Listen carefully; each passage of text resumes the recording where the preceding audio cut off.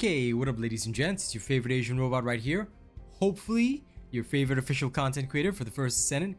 And today what I'm going to teach you guys is how does an energy activator work, what does it do for you, and also how does a crystallization catalyst work, what does it do for you. These are questions that a lot of people have, especially people who are new to the game, and so I'm going to cover that. I'm going to show you the effects. Alright, let's get into it real quick. Okay, here we have my Freyna. Alright, she is in the maid outfit with the ponytail, but this is my Freyna.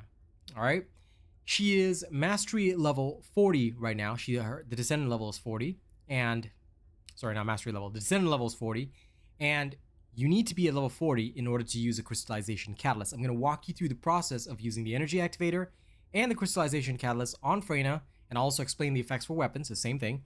Alright, and then, I'll talk a little bit about how you can farm these items. Okay, so let's get into it.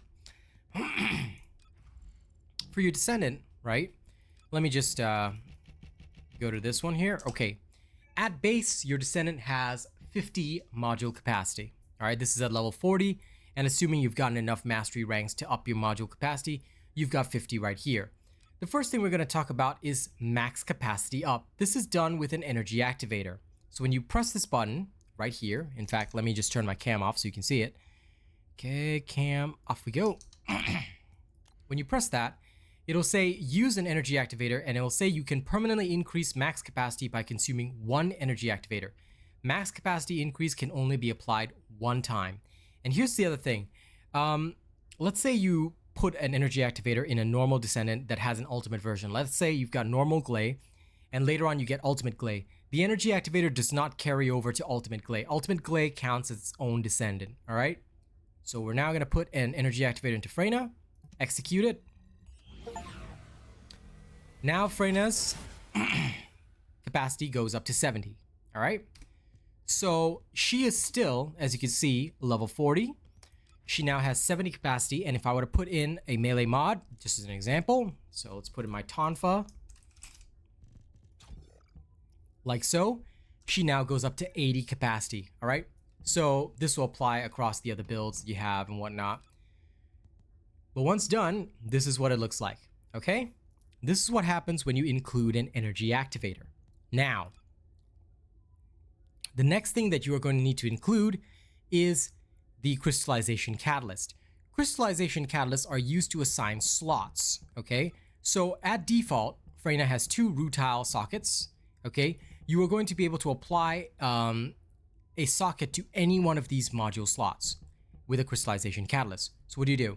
Module additional settings, assign module socket type. Now your descendant has to be at level 40, okay, before you can do this. Same with your weapons. Your weapons have to be at a proficiency of 40. Now, when you do this, you have to pick the slot. So before you actually choose the slot, you need to know what are the modules that you are going to apply no matter what.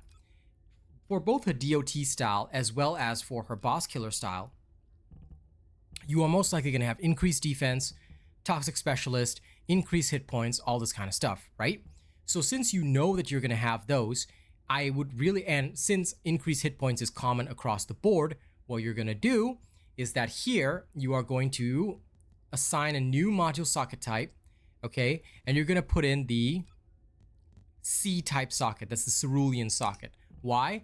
Because if you look here, increased hit points, all right, has a cerulean socket. And we know that this is one of the necessary modules. So we're going to do exactly that.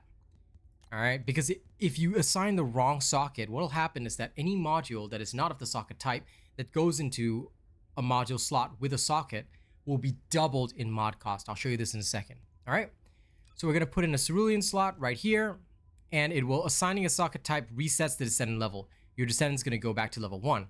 So crystallization catalyst used. We've now got a cerulean socket. There we are. Now on all of the builds, the cerulean socket is applying, as you can see right there. Yeah. What happens if I assign the wrong item? This is increased defense, right? It costs 16 points normally, 8 points in a rutile slot. But if I put it in a cerulean slot, this goes up to 21. You see how that works? So assigning it to the wrong slot is a no-go. It will, well, it doesn't double the cost, thankfully, but it does increase the cost to equip it to that slot. So just be aware of that. Okay. So now that covers everything you need to know about crystallization catalyst, assigning module capacity and all that. Take note that now instead of 80, I have dropped down to 79 when I was 80 before. Why is that the case? Because one mod capacity comes from leveling up your descendant. So instead of having, the previous capacity of a full 80, my descendant is now down to 79. And as I level them up, they will get that capacity back. That's it. All right.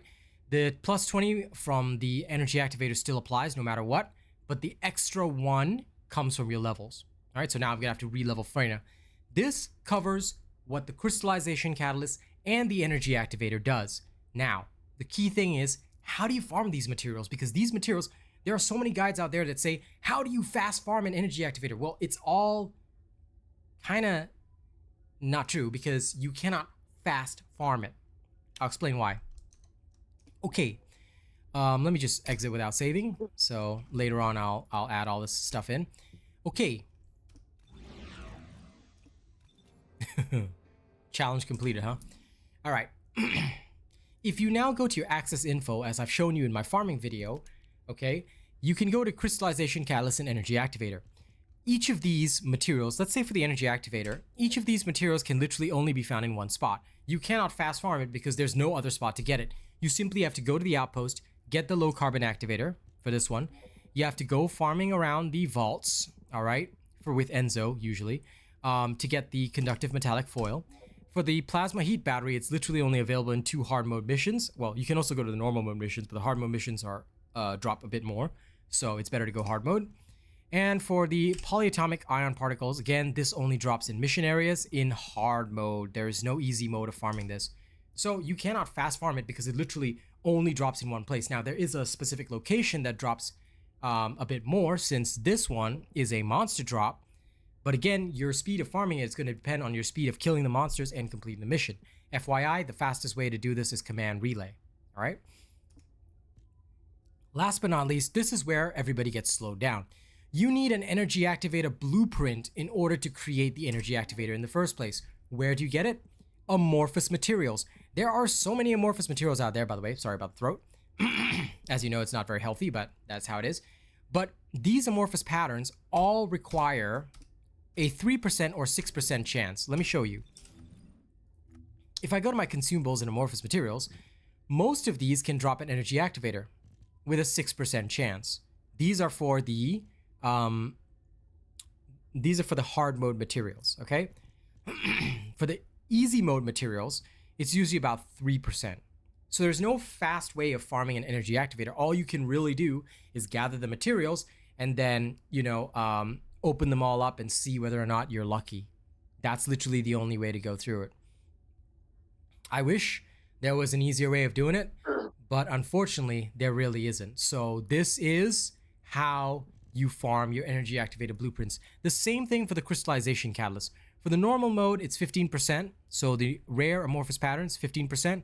For some of the ultimate amorphous patterns, it's 20%. So it's still luck and chance based. There's no fast way of farming these. And if you need to find out about the crystallization catalyst, well, same thing. All right.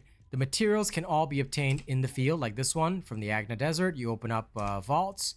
This one from a particular outpost. All right. This one from a particular mission.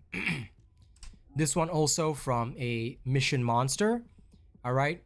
As far as I recall, for the advanced neural circuit, there is one that is a bit better for farming this, but I cannot remember which one, to be honest. I have way too many of these. Because I was farming so many missions around that area. So quite frankly, I have a lot of these already. But yeah, it's not too bad. Excuse me. But yes, you're still going to need the blueprint, and the blueprint is the biggest headache. So for both of these, there is no fast method of farming them. They are just literally, you go in there, you farm them, by luck and chance, you get the blueprint, and then after that, you farm the materials. That's all. That's it. Okay? So thank you very much for watching this video. Don't forget to like, share, and subscribe if you enjoy my content. Apologies about the coughing. My throat is slowly healing, but I'm very weak. My lungs are very weak, so I might die before this game even finishes, but oh well. Listen, at least you knew me, right? Okay. Thank y'all very much. Like, share, and subscribe. Don't forget to register your support, okay, via the link in the description of the video. If you enjoy my content, I'd be very grateful if you do. Thank you, and I'll see you guys on the next one, okay? Don't do anything weird while I'm gone. Enjoy your Sunday, because I know I will. See you later.